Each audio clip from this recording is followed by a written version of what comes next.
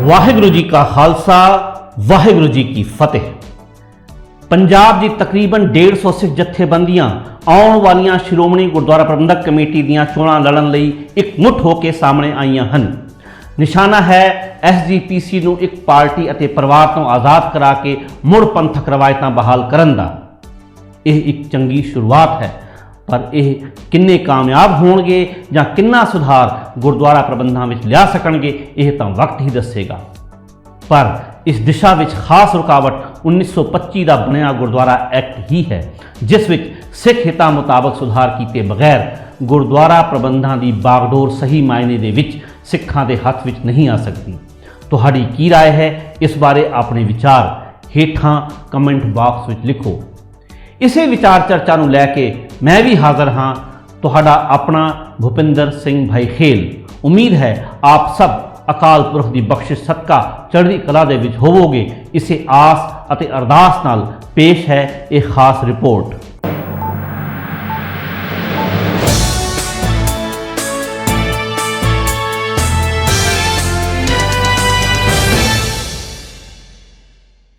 यह एक शुभ खबर है कि पंजाब के तकरीबन 150 सिख जथेबंदियां ने फैसला किया है कि वह मिल के श्रोमणी गुरुद्वारा प्रबंधक कमेटी दियां आउण वालियां चोणां लड़नगे। उन्होंने एक साझा फ्रंट भी बना लिया है, जिसका नाम है पंथक तालमेल संगठन। इसकी अगवाई कर रहे हैं तख्त श्री दमदमा साहिब के साबका जथेदार यानी केवल सिंह अते श्रोमणी कमेटी के मैंबर अते एडवोकेट सरदार जसविंदर सिंह।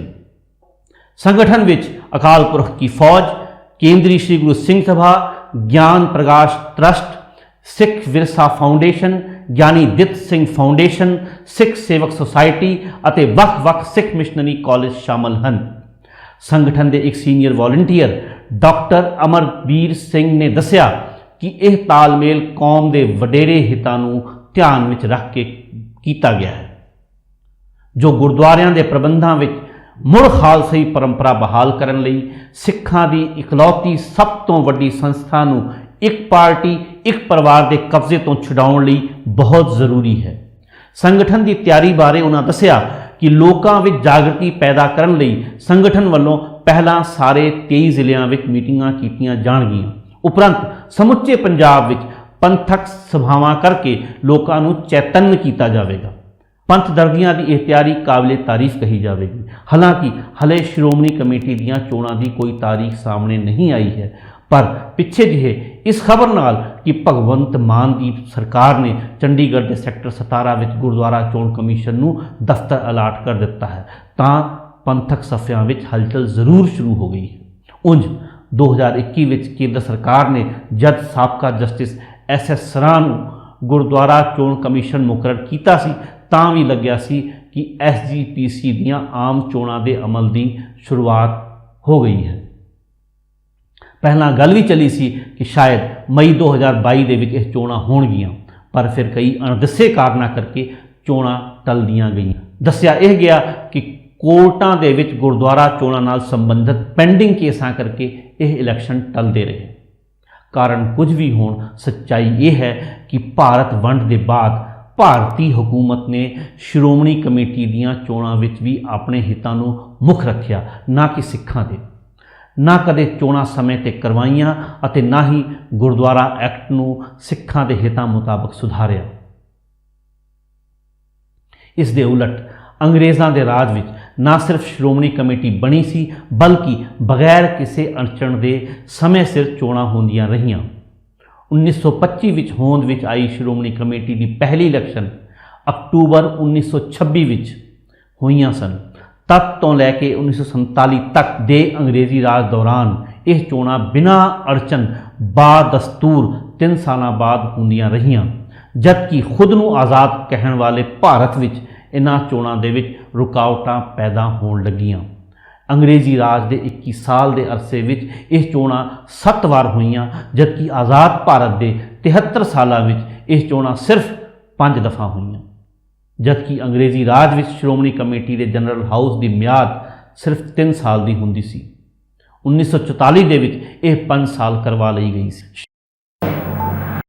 ਸ਼੍ਰੋਮਣੀ ਕਮੇਟੀ ਦੇ ਚੋਣ ਇਤਿਹਾਸ ਤੇ ਜੇ ਨਜ਼ਰ ਮਾਰੀਏ ਤਾਂ ਸਿੱਖ ਗੁਰਦੁਆਰਾ ਐਕਟ ਅੰਗਰੇਜ਼ੀ ਰਾਜ ਦੌਰਾਨ 1925 ਵਿੱਚ ਬਣਿਆ। ਇਸ ਦਾ ਦਾਇਰਾ ਉਸ ਮੌਕੇ ਦਾ ਸਾਰਾ ਪੰਜਾਬ ਸੀ, ਜਿਸ ਵਿੱਚ ਭਾਰਤ ਪਾਕਿਸਤਾਨ ਵਾਲਾ ਸਾਰਾ ਪੰਜਾਬ ਸ਼ਾਮਲ ਸੀ।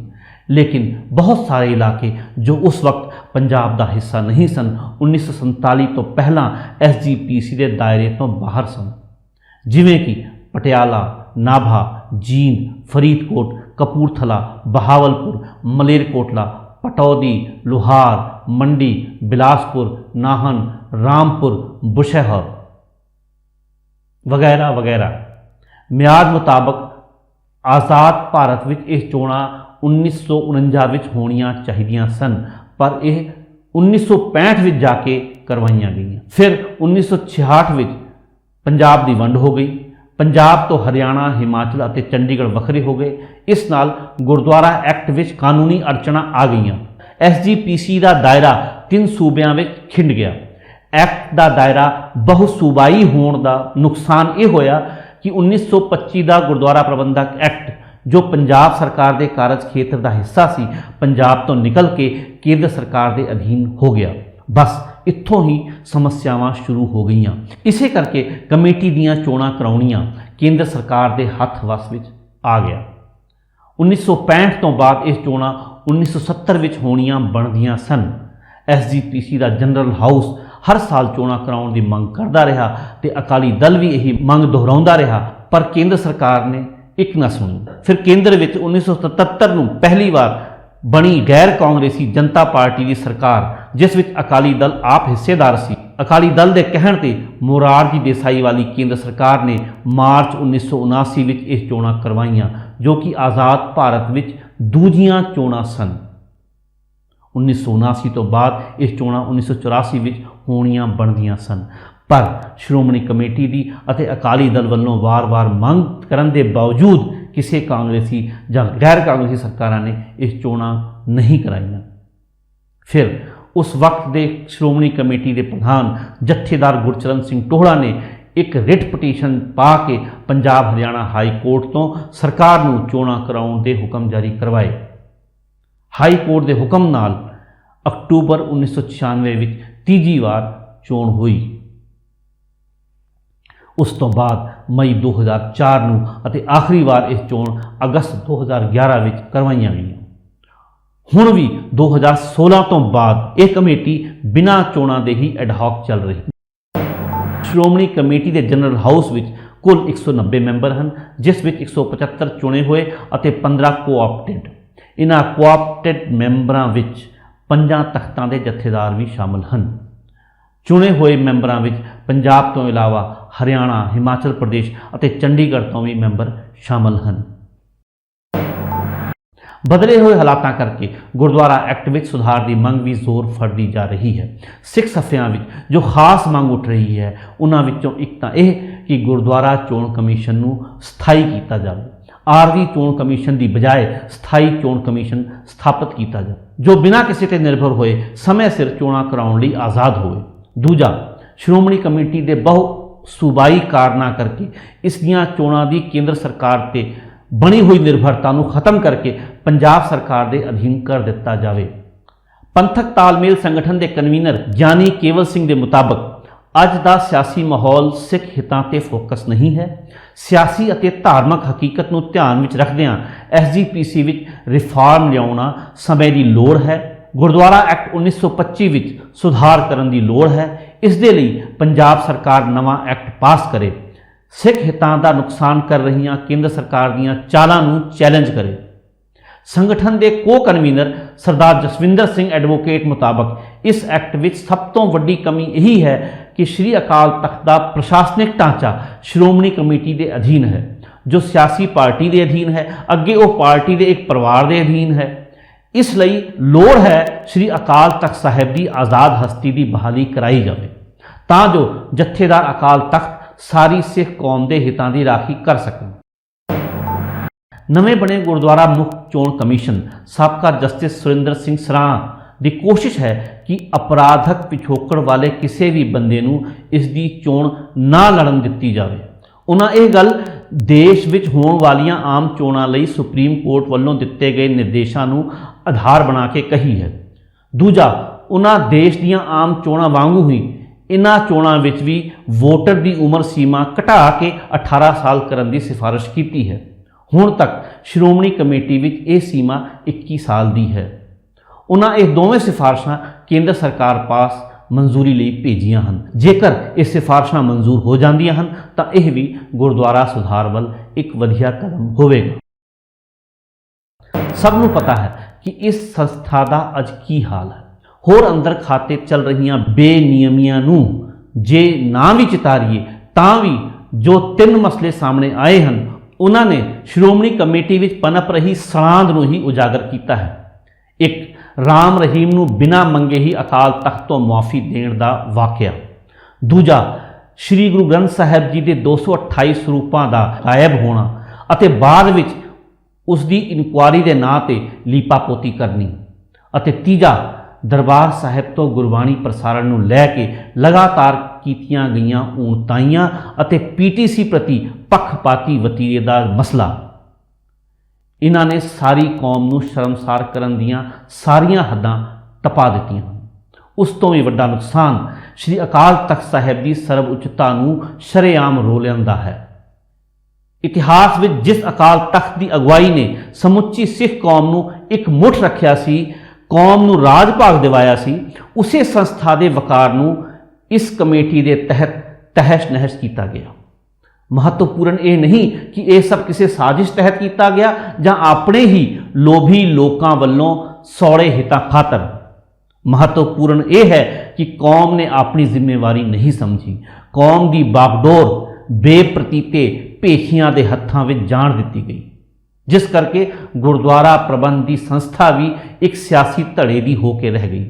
इसके सैकटरीएट तो लैके इसके जत्थेदार तक सारे ही 152 देशों में बैठी सिख संगत प्रति जवाबदेही रखने की बजाय अपनी थापण वाली अपॉइंटिंग अथॉरिटी धिर नूं ही जवाबदेह बने रहने विच अपनी भलाई समझते हैं, जिस करके कौम का बहुत नुकसान हो चुका है। सिख सिद्धांतां, सिख विरसे और रहत मर्यादा दीआं धज्जियां उड़ चुकियां हैं। सिख संस्थावां करप्शन और चौधर पुणे के गढ़ बन चुकियां हैं। सिक्खी दीआं वड्डियां वड्डियां गल्लां दे पिछे मतलब परस्ती ते मौका परस्ती है। रहत अवर कछ अवर कमावत दी बेशर्मी दा आलम है।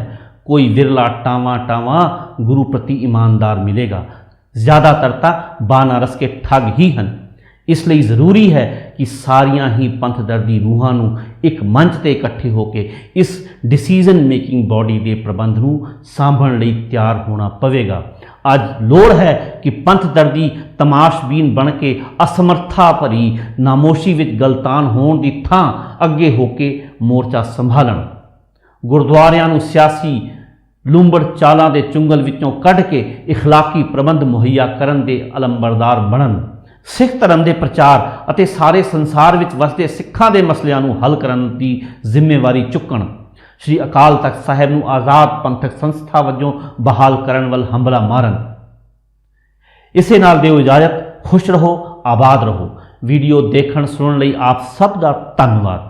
जे तुहानूं साडा उद्यम चंगा लगता है तो इस चैनल नूं सबसक्राइब भी जरूर करो, लाइक करो और वध तों वध शेयर करो। अपने कमेंट भी हेठां कमेंट बॉक्स में लिखो। पाओ दसम पिता वालों बख्शी हुई फतेह की सांझ। वाहिगुरु जी का खालसा, वाहिगुरु जी की फतेह। नानक आखे सच सुनाई सी, सच की